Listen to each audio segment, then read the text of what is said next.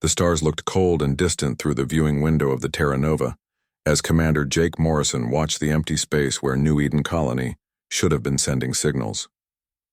3 weeks had passed since the last message came through from the human settlement on Kepler 442b, and every day that silence stretched longer made his stomach twist with worry.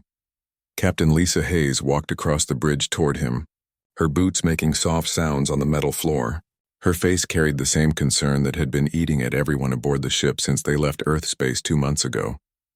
The Galactic Council had been quick to dismiss the missing colony as just another failed human attempt to spread across the stars, but Morrison knew better. New Eden had been one of their most successful settlements. "Sir, we are picking up some very strange energy readings from the planet's surface," Hayes said as she stopped beside him. "These are not normal power signatures. Whatever happened down there was not caused by equipment failure or natural disasters." Morrison nodded slowly while his mind raced through possibilities. New Eden Colony had housed 50,000 humans who had been living peacefully on the planet for almost 8 years. Governor Paul Martinez had been sending regular reports just 4 months ago about successful crop harvests and good relations with the local Zalari people who lived in the southern continent. The colony had been a model for human expansion into this part of the galaxy. The Terra Nova moved into orbit around Kepler 442b, and what they saw through the enhanced viewing screens made everyone on the bridge fall silent. The planet that should have been covered with green fields and growing cities now showed massive scars across its surface. Perfect circular craters marked where the major settlements had been, each one exactly the same size and depth. The geometric precision of the destruction was unlike anything Morrison had ever seen in his 25 years of military service. Dr. Amy Chen, the ship's expert on alien life and technology, ran her scanners over the planet's surface from the science station. Her hands moved quickly across the control panels as data streamed across her screens. When she turned to face Morrison, her face had gone pale. "Commander, these blast patterns do not match any weapon technology known to the Galactic Council," she said, her voice barely above a whisper. "The energy residue shows characteristics that are completely unknown to our databases. Whatever did this came from outside our normal understanding of physics." Morrison felt a chill run down his spine. The human colonies had always been vulnerable, scattered across dozens of star systems with limited defensive capabilities. They depended on the protection of Galactic Council treaties and the assumption that no one would bother attacking such small settlements. Now it seemed that assumption had been terribly wrong. Lieutenant Danny Brooks, who handled all communications for the ship, suddenly straightened at his station. "Sir, I am detecting something on the emergency frequencies. It appears to be a recorded message fragment from New Eden, transmitted just before all signals stopped." "Put it through the main speakers," Morrison ordered. The bridge filled with static and electronic noise before a human voice broke through, distorted and filled with panic. The words were barely clear enough to understand, but they made everyone freeze in place. "The shadows are moving between the stars. They are not from our galaxy. The ships appear out of nothing and our weapons cannot touch them. God help us all, they are coming for every human world. They want us all dead and—" The message cut off into silence that seemed to echo through the bridge. Morrison exchanged glances with Hayes, both of them understanding that they had just heard the final words of Governor Martinez. "Brooks, run a scan of all long-range communication networks," Morrison said. "I want to know the status of every human colony within 50 light years of here." As Brooks worked at his station, Dr. Chen continued analyzing the surface scans. "Commander, I am finding traces of exotic matter in the blast zones. The molecular structure has been altered in ways that should be impossible. It appears that whatever weapons were used here operate on principles of physics that we have never encountered." Minutes passed while Brooks searched through the communication networks. When he finally turned around, his face had gone white with shock. "Sir, I have been checking the colony status reports for the past month. 17 human settlements across 3 different star systems have gone completely silent. No distress calls, no evacuation signals, nothing. They just stopped transmitting." Morrison felt the weight of command settling on his shoulders like a heavy blanket. If 17 colonies had disappeared without warning, then humanity was facing a threat far beyond anything they had ever encountered. The pattern suggested that whatever had destroyed New Eden was moving systematically through human space, eliminating settlements one by one. "Hayes, prepare a full survey team for surface landing," he said. "I want samples of everything down there. Chen, you will lead the scientific analysis." We need to understand what kind of technology we are dealing with. As the crew prepared for the dangerous mission to the planet's surface, Morrison stared out at the scarred world below them. The perfect circular craters looked like wounds in the planet's skin, each one marking the death of thousands of human lives. Somewhere in space, an enemy with impossible technology was hunting down human colonies, and the rest of the galaxy either did not know or did not care. The Terra Nova had been sent to investigate one missing colony, but now Morrison realized they had stumbled onto something much larger and more terrifying. An unknown enemy was waging war against humanity, using weapons that could bypass all known defenses and strike without warning. The geometric precision of the attack suggested intelligence and planning, rather than random violence. "Sir, the landing teams are ready," Hayes reported. "Dr. Chen has her scientific equipment prepared, and Security Chief Watson has armed guards standing by." Morrison nodded while his mind worked through the implications of what they had discovered. If the enemy could make their ships invisible and their weapons could destroy entire cities in perfect circles, then humanity's scattered colonies were defenseless. Worse, the systematic nature of the attack suggested that this was not random raiding but deliberate extermination. "Take us down to the surface," Morrison ordered.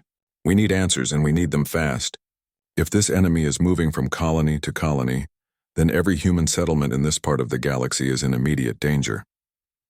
As the Terra Nova descended toward the scarred planet below, Morrison could not shake the feeling that they were already too late to save the colonies that were next on the enemy's list. But perhaps they could still find enough information to warn the rest of humanity about the shadow threat that was hunting them among the stars. The silent colony of New Eden held secrets that could mean the difference between survival and extinction for the human race. 3 months had passed since the Terra Nova discovered the ruins of New Eden Colony, and the situation had grown worse than anyone could have imagined. Admiral Kate Sullivan stood in the main conference room of Luna Station, looking at the faces of the most important military leaders in human space. The emergency meeting of the Human Colonial Defense Council had been called because the enemy attacks were spreading faster than anyone had predicted. The large screen at the front of the room showed a map of human space, with red markers indicating lost colonies. What had started as 17 missing settlements had grown to 47 confirmed destroyed colonies. The pattern was clear and terrifying. The unknown enemy was moving through human space in a systematic way, wiping out every settlement they encountered. Commander Rick Davis stood at the front of the room, his hands shaking slightly as he prepared to give his testimony. He was the only survivor from the mining colony on Titan's Edge, rescued by a patrol ship 3 days after the attack. His eyes held the haunted look of someone who had seen something that would never leave his memory. "They come out of empty space," Davis said, his voice barely steady. "One moment you are looking at normal stars, and the next moment ships are firing at you from what seemed like nothing. The space around them bends and twists so that you cannot see them until they want you to see them. By the time our sensors detected anything, half of our defense ships were already burning wreckage." Admiral Sullivan leaned forward in her chair. The veteran commander had fought in 3 different wars during her career, but nothing had prepared her for reports like this. "Describe the ships, Commander. What did they look like when you could see them?" Davis closed his eyes for a moment before answering. "Dark metal, but not like any alloy we know. The surface seemed to absorb light instead of reflecting it. They were shaped like long triangles, maybe 2 kilometers from front to back. No visible engines or weapon ports, but they moved faster than anything we have ever built. When they fired, the beams came from points that seemed to shift and change position." Captain Helen Morris, who commanded the science vessel Horizon, had been studying the attack sites for weeks. She stood up and activated her datapad, sending information to the main screen. "We have analyzed the energy signatures left behind at each attack site. The readings are unlike anything in our technology databases. These ships appear to be using some form of dark matter manipulation to hide themselves from our sensors." The room fell silent as the implications sank in. Dark matter made up most of the universe, but human technology could barely detect it, much less use it as a tool. If the enemy could control dark matter, they possessed scientific knowledge that was centuries beyond human understanding. Intelligence Officer Colonel Steve Parker stood up next, carrying a thick folder of reports. His job was to analyze patterns and find weaknesses in enemy operations, but his face showed frustration instead of confidence. "Ladies and gentlemen, We need to face the truth about what we are dealing with. These attacks are not random raids for resources or territory. The enemy is specifically targeting human settlements while leaving all other species completely alone. Parker opened his folder and pulled out a series of photographs. In the Vega system, a human mining station was completely destroyed, while a Centaurian trading post just 50 kilometers away was left untouched. In the Ross system, our agricultural colony was wiped out, but the Zalari research facility on the same planet was not even approached. This is not conquest. This is extermination. Dr. Nancy White, humanity's leading expert on exotic physics, had been working around the clock to understand the enemy technology. She stood up slowly, her face showing the exhaustion of weeks without proper sleep. Based on the energy readings and the attack patterns, I have been trying to estimate the size of the enemy fleet. The numbers are terrifying. She activated her own data display showing calculations and projections. Each attack shows evidence of multiple ships working together in coordination. The energy outputs suggest vessels much larger than anything we have built. Conservative estimates put their total fleet size at several thousand ships, but it could be much larger. They have been hiding in the dark matter between galaxies, and we had no way of detecting them until they began their attacks. Admiral Sullivan felt a cold knot forming in her stomach. Human space defense consisted of maybe 300 military vessels, spread across dozens of star systems. If the enemy had thousands of ships with technology that made them nearly invisible, then humanity was facing impossible odds. Long-range monitoring stations had been detecting strange gravitational anomalies near the edge of the galaxy for several weeks. Lieutenant Commander Susan Turner, who ran the Deep Space Surveillance Network, provided the latest updates. The gravitational distortions are getting stronger and more organized. Whatever is causing them appears to be massing ships in formation. We estimate they are preparing for a major offensive. The meeting continued for hours as military leaders tried to develop strategies for fighting an enemy they could not see with technology they did not understand. Every proposal seemed inadequate against the threat they were facing. Conventional tactics were useless against ships that could appear and disappear at will. Captain Ben Harper, who commanded the defense forces around Earth, raised the question that everyone was thinking. What response have we received from the Galactic Council? Surely they understand that this threat could spread to other species if we cannot stop it. Admiral Sullivan's face darkened with anger. The Galactic Council has been informed of the situation. Ambassador Foster presented all of our evidence to the full assembly 3 days ago. Their response was disappointing and predictable. She activated another display showing the official communication from the Galactic Council. They consider this to be a human problem that does not concern the rest of the galaxy. Several species representatives suggested that human expansion has been too aggressive, and that this is a natural consequence of our actions. They refused to provide any military assistance. The room erupted in angry voices as the military leaders realized that humanity would face this threat alone. The same Galactic Council that had always criticized human military traditions and warrior culture was now abandoning them to fight for survival without help. General Chris Rodriguez, the head of Human Defense Command, stood up and called for silence. His voice carried the authority of someone who had spent 40 years in military service. If the galaxy will not help us, then we fight with everything we have. Every ship, every weapon, every human who can hold a rifle. We have faced extinction before and survived. We will survive this too. As the meeting broke up, Admiral Sullivan looked at the star map again. Somewhere out in the darkness between galaxies, an enemy fleet was preparing to destroy every human settlement in the galaxy. The rest of the civilized species had turned their backs on humanity, leaving them to face annihilation alone. But humans had always been fighters, and they would not go quietly into the darkness. Ambassador William Foster stood in the massive council chamber on Galactic Station 7, watching 47 different alien species take their seats in the circular hall that served as the heart of galactic government. The chamber was built to impress, with crystalline walls that stretched up toward a domed ceiling, showing the swirling colors of nearby nebulae. Today, however, the beauty of the place felt cold and unwelcoming, as Foster prepared to make humanity's desperate plea for help. The past week had brought news of 6 more human colonies going silent, bringing the total number of lost settlements to 53. Each day that passed without action meant more human lives lost to an enemy, that struck without warning and left nothing behind but perfectly circular craters where cities once stood. Foster carried with him detailed evidence of the attacks, including energy readings that proved the existence of technology beyond anything the galaxy had ever seen. The council speaker, a tall Centaurian named Veltar, called the session to order with a gesture of his 6 tentacled arms. His voice echoed through the chamber with the authority of someone who had led galactic discussions for over 30 years. Ambassador Foster, you have requested this emergency session to discuss what you call an extragalactic threat to human colonies. Present your evidence. Foster activated the holographic display at the center of the chamber, showing images of the destroyed colonies and the strange energy readings left behind by the attacks. The assembled delegates watched with expressions that ranged from mild interest to obvious boredom. Many of them had made it clear that they considered human expansion across the galaxy to be reckless and destabilizing. Honored delegates, humanity faces extinction from an enemy that possesses technology we cannot comprehend.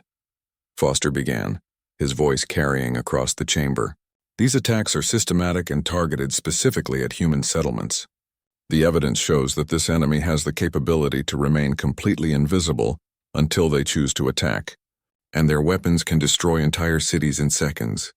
The Altarian delegate, a crystalline being named Zexithara, spoke first in response. Her voice sounded like wind chimes in a gentle breeze, but her words carried sharp criticism. Human expansion has always been aggressive and unpredictable. Your species refuses to accept the boundaries that other civilizations respect. Perhaps this is simply the galaxy's way of correcting an imbalance that has grown too large to ignore. Several other delegates nodded in agreement with this assessment. The Corvin representative, a reptilian creature with golden scales, added his own criticism. Humans demand military protection for colonies that were established without proper consultation with neighboring species. You create problems and then expect others to solve them for you. Foster felt frustration building in his chest, but he kept his voice calm and professional. Respected delegates, this threat is not limited to humanity. The enemy technology we have detected could be used against any species in the galaxy. If they can destroy human settlements so easily, what makes you think your own worlds would be safe if they decide to expand their attacks? The response from the assembled delegates was immediate and dismissive. The Draconian ambassador, a being that looked like a combination of bird and lizard, spoke with obvious contempt. Your species has a history of creating conflicts where none existed before. How do we know that these attacks are not the result of human actions that you have chosen not to reveal to this council? Even the normally sympathetic Zalari representative seemed unwilling to support human requests for aid. The plant-like being spoke in a voice that sounded like rustling leaves. The Zalari people have always maintained peaceful relations with our neighbors. We cannot support military action based on human claims about invisible enemies that conveniently leave no evidence behind except energy readings that could be fabricated. Captain Ben Harper, who served as Foster's military escort, watched the proceedings with growing anger. He had fought alongside soldiers from many of these species during the border conflicts with the Nexus pirates 5 years earlier. Now those same allies were turning their backs on humanity when the threat was real and immediate. The debate continued for hours, with delegate after delegate finding reasons to avoid supporting human requests for assistance. Some questioned the accuracy of the evidence, suggesting that humans were exaggerating the threat to gain sympathy. Others argued that human military forces were sufficient to handle any real danger, and that outside intervention was unnecessary. Council Speaker Veltar finally called for a formal vote on the human request for galactic assistance. The voting process was conducted through secure terminals at each delegate's position, with results displayed on the main chamber screen for all to see. Foster watched as the numbers appeared, feeling his heart sink with each negative vote that was recorded. The final tally was devastating. 43 species voted against providing any assistance to humanity, while only 4 delegates chose to abstain from voting. Not a single species in the galactic community was willing to support human requests for help against the Shadow Fleet. As the session ended and delegates began filing out of the chamber, Foster received an urgent message on his communication device. 6 more human colonies had gone silent during the council meeting, including the major settlement on Kepler 186F that housed over 200,000 people. The enemy was accelerating their campaign while the galaxy debated whether humanity deserved to survive. The journey back to human space felt longer than usual as Foster and Harper traveled. Aboard the diplomatic vessel Harmony, the ship's corridors seemed empty and cold, reflecting the isolation that humanity now faced. They were alone in a galaxy that had decided their extinction was acceptable. General Chris Rodriguez was waiting for them when they arrived at Luna Station. His face showed no surprise at the news of the Galactic Council's decision. "The vote went exactly as we expected," he said grimly. 47 different species and not one of them willing to stand with us when we face annihilation. Foster nodded sadly while reviewing the messages that had accumulated during his absence. More colonies had been attacked, and refugee ships were streaming toward the core human systems carrying survivors with stories of invisible enemies and impossible weapons. The systematic nature of the attacks was becoming more obvious with each passing day. Rodriguez activated the emergency communication system that connected all major human military installations. His voice carried to every ship, station, and colony in human space as he announced the implementation of Protocol 7. As of this moment, humanity stands alone against an enemy that wants us extinct. We have no allies, no support, and no help coming from anyone else in this galaxy. The irony of the situation was not lost on any of the human leaders. The same galactic community that had spent decades criticizing human military traditions and warrior culture was now abandoning them to face an existential threat alone. The species that called humans too aggressive were unwilling to fight when fighting was necessary for survival. But humans had survived worse odds before, and they would not surrender without a battle that would shake the foundations of the galaxy itself. The Shadow Fleet's main assault began without warning at Proxima Station, the outermost human defensive position in the Alpha Centauri system. Admiral Peter Collins had assembled 300 human vessels from across known space, representing every ship that could carry weapons and make the journey to the battle zone.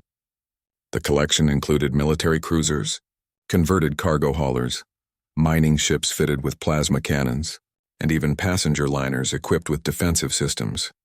Collins stood on the bridge of the battleship Defiance, watching his sensors as space around Proxima Station remained completely empty.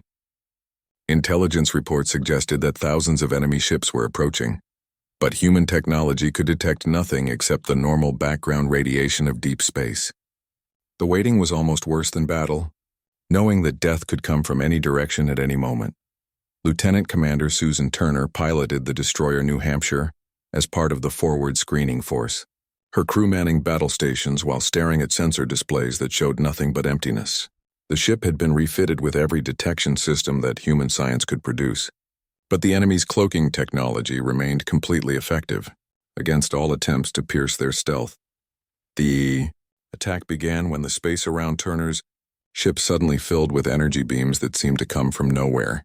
The New Hampshire's shields flared and overloaded as invisible weapons pounded the small vessel from multiple directions. Turner ordered evasive maneuvers while her weapons officer fired plasma cannons at empty space, hoping to hit something that could not be seen.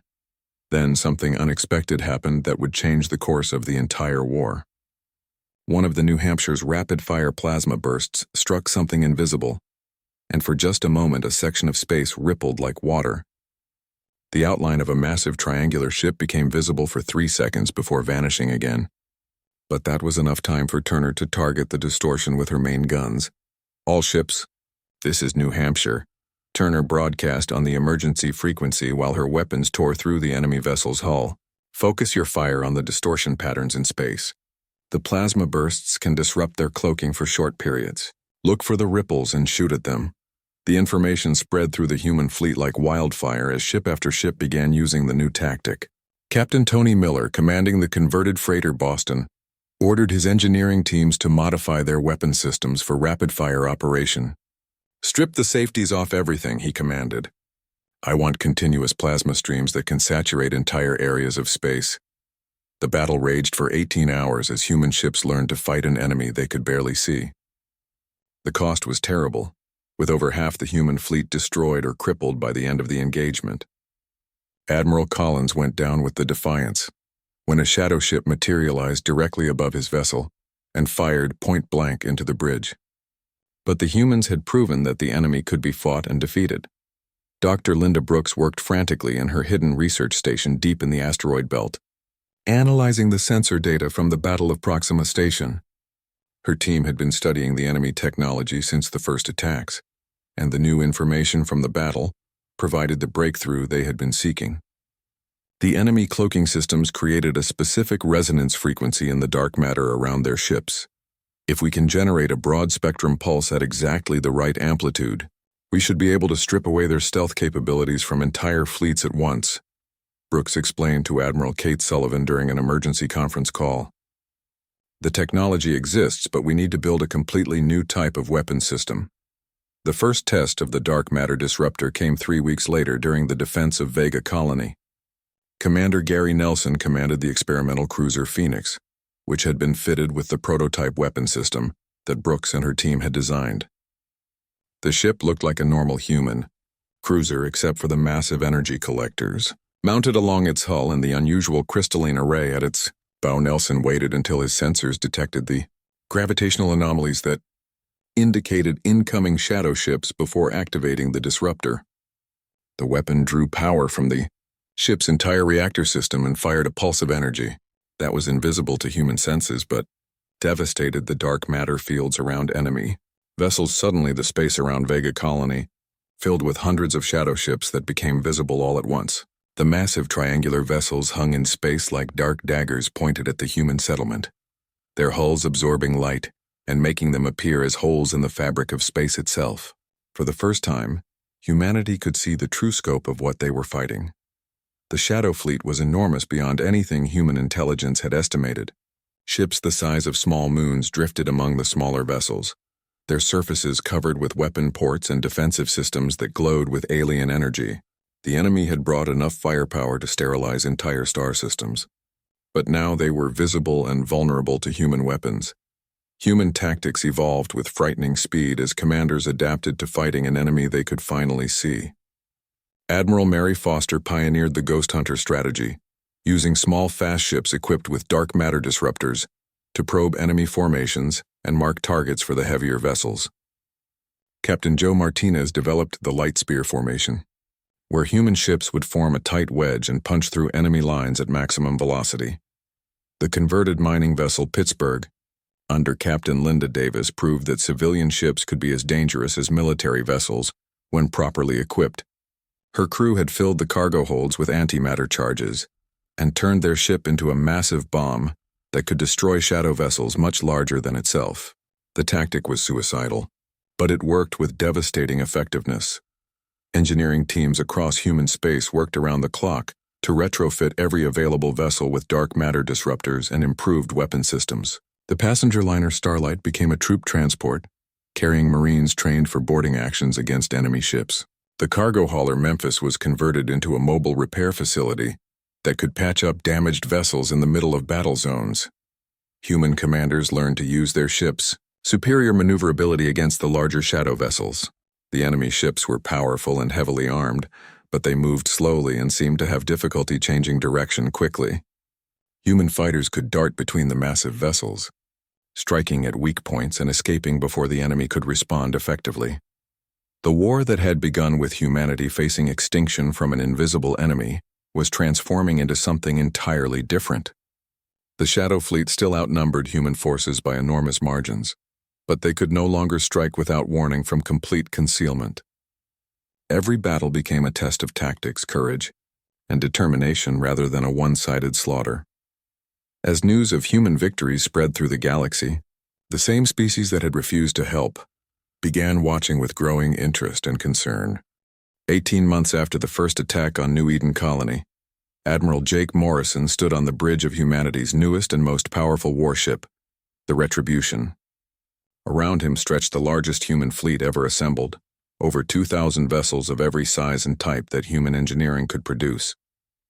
The ships had been built in secret shipyards hidden throughout the Outer Rim, constructed by refugees who had lost everything to the Shadow Fleet and wanted revenge. Morrison had been promoted after his role in discovering the Shadow conspiracy and developing the tactics that allowed humanity to fight back against their invisible enemies. Now he commanded the final assault that would either save humanity or see them destroyed in one last desperate battle. The enemy had been pushed back to the galactic rim where their main fleet waited in the empty space between galaxies. The cost of the war had been enormous for humanity. 30% of all human colonies had been destroyed or abandoned, representing millions of lives lost and decades of expansion effort wiped away. But the survivors had become something harder and more dangerous than they had been before. Every human ship now carried weapons that could strip away enemy stealth, and every crew member had learned to fight with the desperation of people who knew extinction was the only alternative to victory. Dr. Amy Chen, now serving as head of xenobiology for the entire human fleet, had finally decoded the shadow species communication systems after months of analyzing captured technology. Her discoveries had revealed the true nature of the enemy and their ultimate goals. "Admiral, the shadow species are not native to this galaxy," she reported during the final briefing before the assault. "They are refugees from another galaxy that was consumed by dark matter expansion. They came here to take our place because their home was destroyed." The revelation explained the systematic nature of the attacks and the enemy's focus on human settlements. The shadow species needed planets and resources to rebuild their civilization, but they could not coexist with normal matter-based life forms. Their plan was to eliminate humanity and claim human worlds for themselves, using their advanced technology to reshape the environment to suit their needs. Admiral Lisa Hayes commanded the left wing of the human fleet aboard the battleship Vengeance, while Admiral Kate Sullivan led the right wing from the cruiser Justice. Morrison controlled the center formation from the Retribution, with each section of the fleet equipped with specialized weapons designed to counter different aspects of shadow technology. The three-pronged assault was designed to overwhelm the enemy's ability to coordinate their defense. The final battle took place in the void between galaxies, where the Shadow Fleet had established their primary staging area among the dark matter streams that flowed between star systems. Human long-range sensors detected massive structures that appeared to be mobile bases, each one larger than anything humanity had ever built. The enemy had brought their entire civilization to the edge of the galaxy. Preparing for a final assault that would claim every human world, Captain Helen Morris, commanding the science vessel Discovery, detected something that changed everything about the battle. "Admiral Morrison, we are picking up massive energy readings from the largest shadow structures. They are not preparing to retreat. They are building something that will affect the entire galaxy." The Shadow Fleet's true plan became clear as human scientists analyzed the energy patterns. The alien motherships were constructing a device that would shroud the entire galaxy in dark matter, making it uninhabitable for normal matter-based life, while creating a perfect environment for the shadow species. If they succeeded, every living thing in the galaxy would die except for the invaders. Commander Rick Davis, now piloting an advanced stealth fighter, led a desperate assault on the dark matter generators with a squadron of 20 volunteer pilots. His small force faced impossible odds as they attempted to penetrate the defensive screens around the enemy motherships. The shadow vessels threw everything they had at the human fighters, filling space with energy beams and guided missiles. Davis and his pilots used every trick that human military science had developed during the war.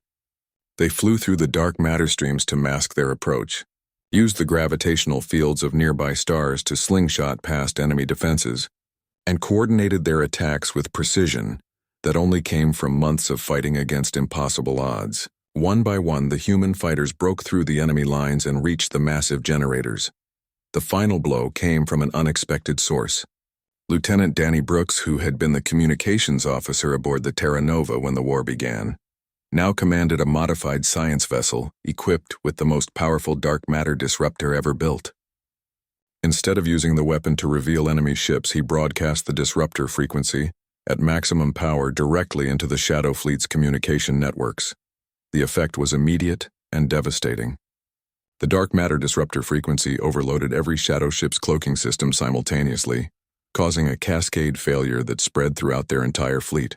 Ships that had been invisible for the entire war suddenly became visible and vulnerable, their advanced technology turned against them by human ingenuity and determination. The Shadow Fleet found itself facing the combined might of humanity's war machine. For the first time, without the protection of their stealth technology, human ships that had been built specifically to fight invisible enemies proved devastatingly effective against targets they could see clearly. The battle lasted 3 days and nights as human forces systematically destroyed the alien fleet that had seemed invincible just hours before. When the fighting finally ended, The threat that had nearly driven humanity to extinction was broken forever.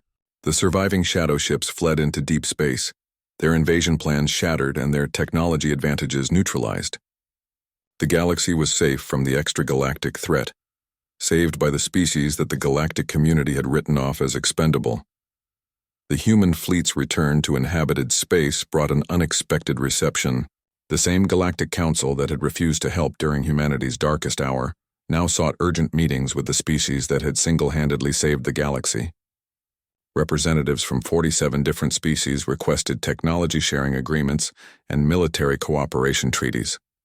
Admiral Morrison's response to every request was simple and final.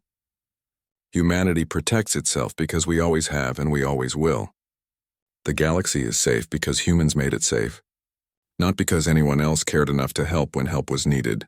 The Shadow War was over, but its lessons echoed through space as a reminder that the species the galaxy had dismissed as aggressive and unpredictable were the only ones willing to fight for everyone's survival. Humanity had earned their place among the stars not through diplomacy or trade agreements, but through courage and sacrifice when extinction was the only alternative to victory. In the deep void between galaxies, automated human monitoring stations kept watch to ensure that no shadow would ever again threaten the light of civilization.